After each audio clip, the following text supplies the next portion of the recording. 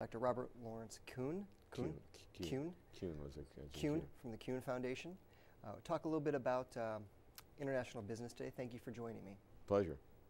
What should American businesses, specifically entrepreneurs, not Fortune 1000 companies, be thinking about with regard to China? I start by saying every company has a China strategy, whether they know it or not, because of China's impact in the world. Second largest economy right now, approximately 30% of the U.S., but on a purchasing power parity, it's about more than half the U.S.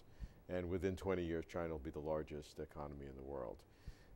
That said, there are a lot of issues and problems in China in terms of imbalances and needs, and that causes a great industrial transformation. So there are a lot of opportunities in China. Senior leaders tell me, the leaders of the country, that there are some things that have changed in China, obviously reform, some things that have not changed, and some things that will never change. And what will never change is the need for economic growth as the primary thing, and the need to serve the people. So as you look at the issues that China has and imbalances, you look at certain industries that will have huge opportunities in social services, in healthcare and education, as well as in the obvious ones that people talk about in energy. So for smaller companies, particularly for entrepreneurs, there is great growth opportunities in China. But China is a market that has its own characteristics, its own cultural characteristics, its way of doing business. And the fallacy is that that's only good for big business. Well, China is actually trying to compete more with some of the big businesses and are actually looking for more entrepreneurial businesses. So for entrepreneurs to associate with Chinese entrepreneurs as they mutually fight the big companies in both countries, that's something that's really supported by Chinese leadership. Interesting. So the opportunity is there. So how should they go about approaching and identifying those opportunities in the various sectors? Look, this is complex, and the first rule I have is that you have to like doing business in China, but something you really don't like and don't want to do, you really shouldn't do it. Because the investment is more in time and your commitment than in financial resources. You have to meet people, you have to see a diverse number of people in your area. The way to think about it is in terms of your industrial area is one way. Another way is geographically. So if you have certain geographic locations that you explore and you have introductions in several different cities, for example, then you see diversity. So you see diversity geographically, you see diversity in your industry, whatever industry you're in, and you begin to get familiar and talking to people and get to know people. Obviously, you should have good advisors, people who know the ground, there are a dozen or so, the major accounting firms, of course, E&Y's my favorite, and work with them, but there are all the big accounting firms, consulting companies. I mean, they have different facilities that can be utilized, but there are different ways to go about it. But you shouldn't be blind. But another principle that I have is you should be important. Whatever you do, whoever you're going to work with, you should be important to that individual. So if you're an entrepreneur and you get somebody who's going to introduce you to the mayor of a big city, say, and suppose you get the meeting, you say, oh, wow, that's terrific. Really not, because you're not important to that mayor if you're a small company, and they may do it as a favor, whoever you introduced them to. I mean, I could get you lots of meetings with a lot of people at high levels because they'll do me a favor, but it's really no benefit, because where does it go from there because you're not important? So you always try to be important to whoever you're going to meet. And so if it's another company or it's an official, you want to be able to bring something important so that they really pay attention to what you do on a long-term basis. How do you become important for that? It has to have a certain, you have to have advisors so that you know what the individual is looking for and a certain size. And it's not something that can be answered in generality. It has to be in the specifics of the individual company. So what does that company have? What is its competitive edge? What does it do? I mean, it's in business, it's generating revenue. $20 million, $100 million, whatever it is. Some people are paying for that on a unique basis. So what is that? And then you have to find people on the other side to whom that, whatever that is important. And also a size factor. Interesting. So you have to target the content for people interested in the content, and then the size for that appropriate. If you're building a factory or providing a service, I mean, you have to know. I mean, because of my background in corporate strategy and mergers and acquisitions, and now substantially in China, you know, very quickly I can look at a company and say, here's the what you should be doing, and there are, you know, people like that who can sense it. You know, from a company perspective, does it take a lot of self-analysis from that perspective? You know, when companies are doing business and are thinking about their market strategy, let's say just in the United States, and are thinking the niche market, the problems they solve, the solutions they bring to the table, and how they can position themselves, do they have to begin to think of that, using that same type of strategy of introspection when thinking about China? But it sounds like there's some significant differences between that type of marketplace. I would say everything you do that's good business in the U.S., you do in China. Okay. And then you have other things layered on top of it. Okay. So nothing that you do in the U.S. you should not do in China. Everything you do in the U.S. is applicable, because that's just good business sense. Strategy, environmental analysis, strengths, weaknesses, opportunities, threats, the usual stuff. And you see where you got it. But then in China, you have an additional factor. You have it's government, but it's more granular than that. It's geographies. It's companies that are competing. It's the marketplace, because when you're doing business in the U.S., the other companies are your competition. You're analyzing your competition. In China, when you go over, especially for a smaller company, most likely they'll do some sort of a partnership. And that's it may not be. It may not be an equity joint venture. It may be a licensing or joint marketing. Who knows what? It's a lot of structural opportunities.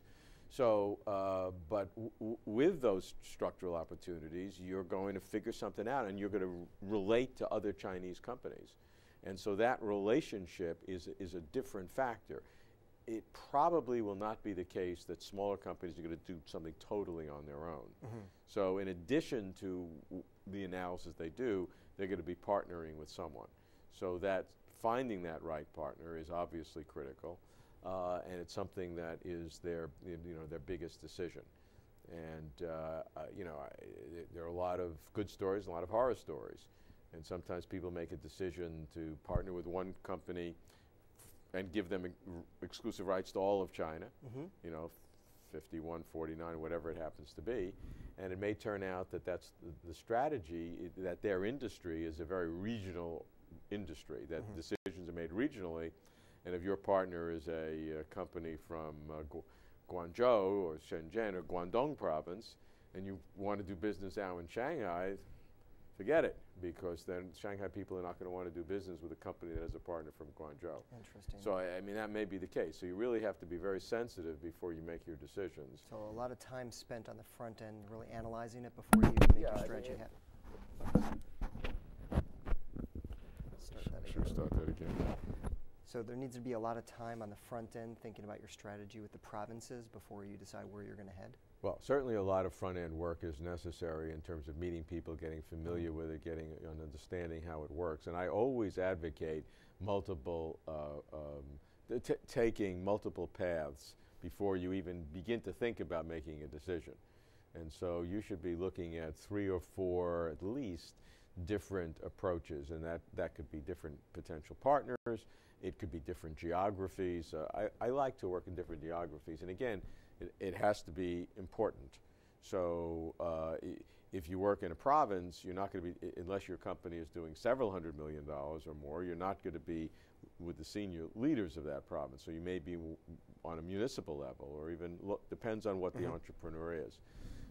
And there are different associations in China that are promoting entrepreneurship as opposed to government, state-owned enterprises. So there are a lot of different ways. You just have to get a feel for it before you really start honing down and starting to make decisions. Certainly shouldn't, marry the first girl you date. Understandable.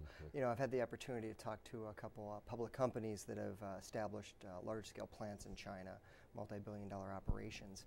And one of the things they talk about is the importance that they did not realize on the front end of understanding the customs of the partners they were trying to date before they made the marriage. Right, sure. Talk a little bit about that. Sure. you know, there are some natural business instincts that we all have, and those are all good. But in China, you can't expect to immediately just get right down to business. There has to be a trust and a loyalty built. Let me tell you an example of what doesn't work. One a venture that I was involved with took a long time to put together and was put together, but the people from the foreign side really had a kind of an old school superiority attitude towards China. And they would dictate that they're going to be coming to the city, you know, landing at 1 o'clock, and they expected a meeting at 2:30, and then, you know, 6 o'clock they had a plane out. And they expected that meeting. And they may have been dealing with, you know, a government monopoly or a government very powerful now in China. And it just didn't sit right in today's world. I mean, you really have to do that is really impolite. And if you're coming in, you're having a meeting, maybe they expect it, you know, a dinner afterwards where you get to know each other. And so that's a little bit more of that cultural finesse is necessary, so people feel good about building a relationship. And you need to do that with several different groups as you go forward. And it's not something that once you do it and you do your deal or whatever, then you forget it. It's a commitment. You need to keep coming back. The most successful people in China from big companies, the CEO will come here multiple times a year. And that's a commitment that you have to make. Because China is very rigorous in terms of its matching of people that you do. So if you're working in a city and you have the mayor of a small city, if your business is that size, the mayor will only meet with the CEO of the company. He can't meet with the number 2 guy. The number 2 guy will meet with a vice mayor or something. And it's very, and so it has to be planned in a very socially appropriate way. Talk about the issue of trust. One of the things I've heard is that the issue of trust becomes much more important there than general business dealings here in the United States. That it's all based on that relationship. Yeah, that's true. It's becoming more rule of law oriented, but contracts do not mean the same thing here as they mean in the U.S. And if a company doesn't want to honor a contract for whatever reason, they can always find reasons to do it. And you know, your choice is to sue, and suing has become more effective now. I mean, you can sue, it can be enforced, and you can collect. You know, 10 years ago, you couldn't do any of that, but now you can. But that doesn't mean it's good to do that. You don't want to get to that point. Right. But still, you have to recognize that contracts are not meant what they mean in the U.S. And memorandums of understandings, MOU, don't mean that. And if you sign an MOU, we'll say, wow, that's, you know, we're going to get that deal done. No, what really sometimes that means, you know, we had a nice meeting, is all that means, and it's a formalization that they can show to their boss. It's like a call report. You know, we look at an MOU, it's like a deal is done, or heading to getting done, and they will look upon it as, you say, a call report. I met with this company, and I can report it to my superior. And so, you know, there are different, in that sense, there are different cultural aspects, although those differences are getting less as China becomes more sophisticated in the world. But those, you know, some of the characteristics will remain a long time. And just as it takes a while to build that trust in many cases is an entry barrier to others. And so, if somebody else comes along and offers a tiny bit better price, if that trust is there, that won't matter. Now, even that's becoming less true in today's China. But nonetheless, there still is that benefit, so that that trust is something that can go forward. Interesting. Talk a little bit about what's next. You talked about at the very beginning the growth of China in terms of its economy potentially surpassing us in so many years. What's next? If I'm an American business person, and as you mentioned at the beginning, everybody has a China strategy, they just don't know it yet. Right. So let's talk about that from a what's next perspective. Right. In every area of human endeavor, economics, business, finance, yes, but also culture, science, technology, sports, media, military, China intends for its efforts to be among the best in the world. So there isn't a sector.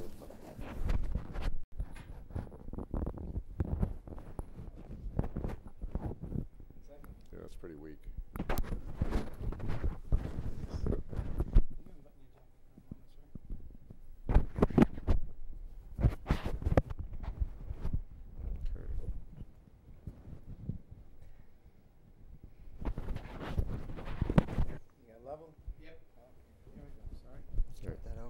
what's next. You were talking Okay, about. you want to start the question? Sure. You know, you've talked about the growth of China and not just the economy. You've talked about being an economic power on the serious rise. You also talked about that every company has a China policy, whether they know it or not. So let's talk about what's next. In every area of human endeavor, economics, business, industry, finance, yes, sure, but also science, technology, culture, media, sports, military, China intends for its endeavors to be among the best in the world. And so every industry of importance, every industry at all, China is going to be developing its companies. Now those companies are going to compete with each other, so there are opportunities to ally with some of those companies, and you know, whatever level you're working at, in order to help them on their rise. My favorite word in China, dealing with China, is alignment. That if you try to do exactly the way you're doing it in the US just to compete and make your company as big as possible and successful as possible, that ultimately won't be as successful in China. You have to think of alignment with government policy, the leaders with whom you do, what are their interests, so that you can align with that. And sometimes what seems to be suboptimal from an alignment point of view is far better. And there are many situations in which getting a smaller percentage of the company, it will actually turn out to be a greater wealth builder for your company than if you had a higher percentage, because it incentivizes the other side, etc. You always want to be a resource that other company uses. People have you know, stereotypes. They say, well, how can you trust the Chinese? As though the Chinese were all one. They get up in the morning and they have a conference call, the whole country, about how can we fool the foreigners and get some of their money and, you know, steal or something. And that's of course ludicrous. What in fact is happening is that the different Chinese companies within fiercely competitive markets will try to use you as a vehicle, not to cheat you in any way. That they don't care about that. What they care about is competing with their other mortal enemies in their industry. And so if you can help them compete with the other people in their industry, that's what they're interested in. And even on a provincial or city basis, they compete with each other, cities within provinces, provinces against provinces.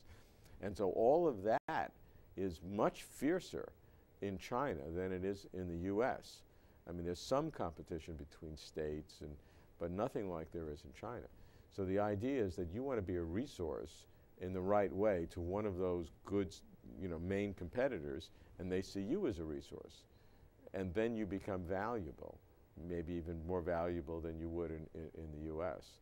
And in those situations, even if you have a smaller percentage, structured properly, that can be worth a lot. Wow. Let's back it up a little bit. I mean, clearly there's a lot to learn from American business about doing business overseas there. Let's talk a little bit about your foundation. What year did you found it? In the middle 90s. And go ahead. And my foundation is a small foundation that has a couple of objectives. I built a company and then sold it 10 years ago, in the year 2000. It's always better to be lucky than smart. That was a good year to sell. And in financial services, mergers and acquisitions, and allocated some of the money. You know, I didn't buy any boats or airplanes or, you know, multiple wives or whatever cost money. But I had a small foundation, and I do two things. One is some projects with China that other people don't do on a selective basis for communications. And the other thing I do is really my lifelong serious hobby, which is a PBS television show called Closer to Truth, which is on state-of-the-art science and brain science and cosmology, physics, and its relationship between science and religion, science and philosophy. So those are the two areas that I work in, and are very idiosyncratic. Tell me how you got into the second one, because I've seen the show. Oh, okay, great. Sorry, question? Tell me about the second one, about Closer to Truth. How did you get into that as an interest? Well, my doctorate's in brain science, and so I've been interested in the human mind and the human brain my whole life. You know, that's my kind of original interest. So everybody who knew me when, I was always interested in science and relationship between science and philosophy and science and religion, but, you know, nobody pays you very much for that, and I had kids and all that, so I found this other field called investment banking. that paid better than philosophy did. But I always had a continuing strong interest in that, and kept up with the fields, and I had the thought that whenever I retired, I was going to do what I really loved doing, which is the science and philosophy. And then one day I realized I'm probably never going to retire, so if I didn't start doing that, it would never get done. And so I sort of did it in parallel. It gives the illusion that it's like I'm doing it all the time because it's every week. Mm-hmm. But the way it works is like every 3 years I devote a very, few months of very intense work, and things are done in production in a very short time that involves me, and then all the rest of the time it's at night editing, and the shows are edited over weeks, and as they so it looks like it's done weekly, but it's really done in clumps every few years. Interesting. And it's been it is not always at the best time because it's subjects that are not necessarily of great mass appeal, but for the people who like it, we've really created a little niche for ourselves in terms of science and philosophy. No, that's great. That's great, because I had made the connection on Stepanoke, and had basically done. But I want to thank you